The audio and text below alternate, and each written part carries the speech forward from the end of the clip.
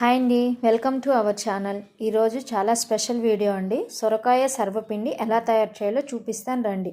First time try చేసే వాళ్ళు కూడా ఈజీగా మరియు టేస్ట్గా చేసుకోవచ్చండి. లేట్ చేయకుండా వీడియోలోకి వెళ్దాం పదండి.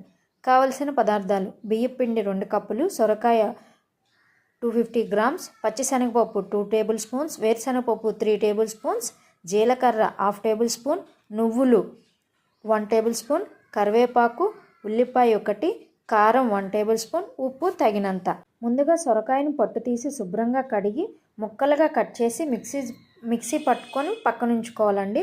2 టేబుల్ స్పూన్ పచ్చిశనగపప్పుని శుభ్రంగా కడిగి 10 మినిట్స్ నానబెట్టుకొని పక్కనుంచేసేయాలండి. ఒక గిన్నెలోకి 2 కప్పుల బియ్యం పిండిని తీసుకొని 1 టేబుల్ స్పూన్ కారం, తగినంత సాల్ట్, 1/2 టేబుల్ స్పూన్ పసుపు, నానబెట్టి ఉంచుకున్న పచ్చిశనగపప్పు, సన్నగా కట్ చేసి పెట్టుకున్న కరివేపాకు, ఉల్లిపాయ,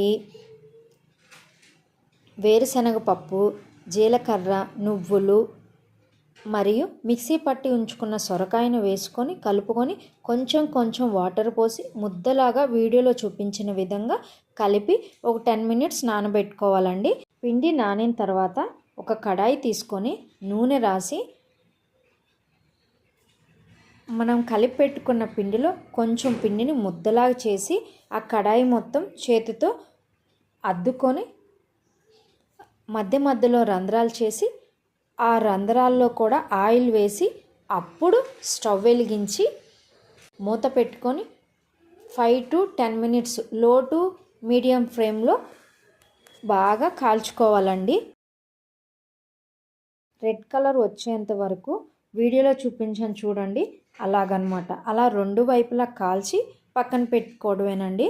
ఫైనల్గా టేస్ట్గా ఉండే కరకరలాడే సొరకాయ సర్వపిండి రెడీ అయిపోయిందండి. మరిన్ని వీడియోస్ కోసం మా ఛానల్ని సబ్స్క్రైబ్ చేసుకోండి.